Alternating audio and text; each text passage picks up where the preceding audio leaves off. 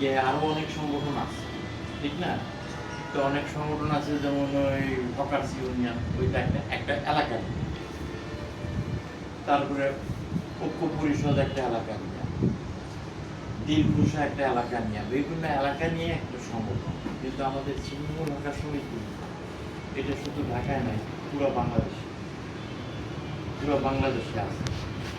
তাই কাজেই আমরা মনে করি যে ছিন্নমূল ঢাকা সমিতি আমরা কোনো প্রোগ্রাম দিলে বা কোনো সিদ্ধান্ত নিলে পুরো বাংলাদেশি এটা জানে এবং তারা অংশগ্রহণ করে।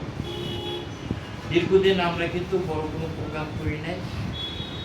মাঝখান দিয়ে আমি একটু ভাইয়া করছিলাম, তার কারণ হচ্ছে কি, এই সরকার আসার পর যখন প্রোগ্রাম কিছু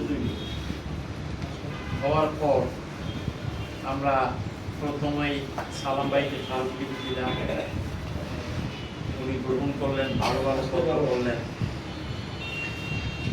আমাদের সামনেই কয়েকটা সিদ্ধান্ত নিল, শুনে আমরা খুশি হইলাম, মনে করলাম যে না, আমাদের মূল্যায়ন।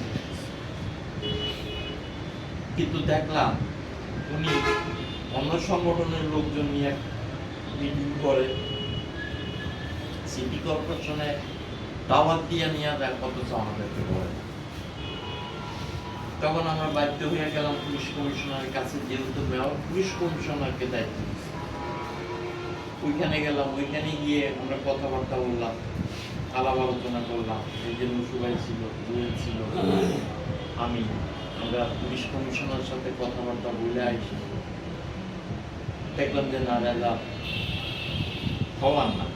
তখন বাধ্য হয়ে প্রধানমন্ত্রীকে দুইবার চিঠি যে আপনি আমাদের সাথে বসেন, বসে আলাপ আলোচনা করেন। মেয়র যেহেতু আমাদেরকে ডাকতেছে না, পুলিশ কমিশনার আমাদের কোনো কথাই কর্ণপাত করতেছে না, কাজেই আমাদেরকে নিয়ে বসেন, আমাদের সাথে কথাবার্তা বলে জাতীয় নীতিমালা এবং হকারদের স্বার্থ সংরক্ষিত বিষয়ে আলোচনা করেন। কিন্তু এটা দেওয়ার পরও, তার হাতে হাতে চিঠি পৌঁছানোর পরও, দ্বিতীয়বার চিঠি দেওয়ার পরে কোনো আমরা সারা শক্তি পেলাম। তখনই আমরা ভেঙে বললাম, পিছিয়ে দূরে এলাম। এখন এই ভুয়া সংগঠন বা টাকা, যারা টাকা কামাই করে ওইসব সংগঠনের মূল্যায়ন আছে, আমাদের মূল্যায়ন তার কি করবে? তো হঠাৎ করে আমরা আমরা এখানে বসে আলোচনা করলাম।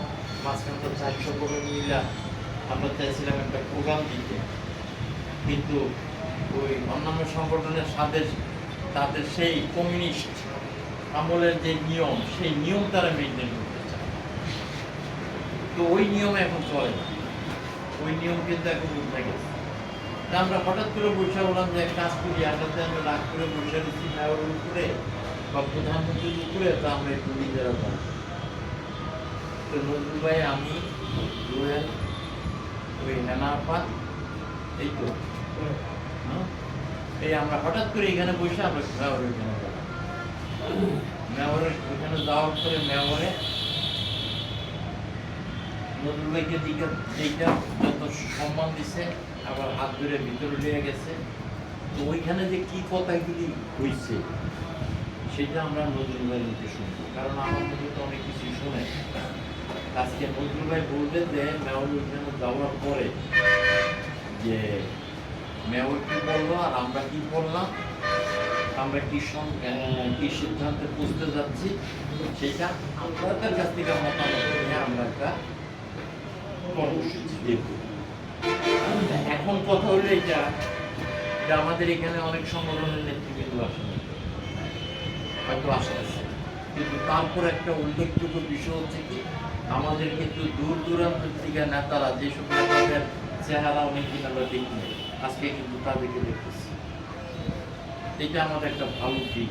আমরা যদি কোনো প্রোগ্রাম করি, আশা করি আমাদের লোকের অভাব, কিন্তু আপনাদের সবার সহযোগিতা, জনবল দিয়ে, আর্থিক দিক দিয়ে বা আমাদের ভরসা দিয়ে যেভাবে পারে, যদি আপনারা সহযোগিতা করেন, তাই সম্ভব। আগামী কোনো কিছু সম্ভব না। যাই হোক, আমি এখন কিছু বলতেছি না। আমরা এখন সুন্দর নজরুল ভাইয়ের মুখ থেকে নজরুল ভাই বড় বক্তব্য রাখবে। হ্যাঁ, আমিও আমিও পরে একটু বলবো যে করণীয় কি এই সম্বন্ধে আমার কিছু বলার থাকলে আমি পরে বলবো।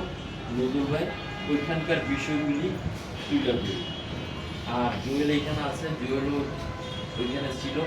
যদি নজরুল ভাই কোনো কিছু ফেল করে থাকে সেটাও জুয়েল বলবে।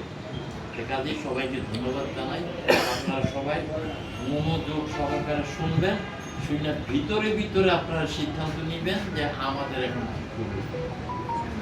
এই বলে আমার সংক্ষিপ্ত বক্তব্য শেষ করছি। ধন্যবাদ।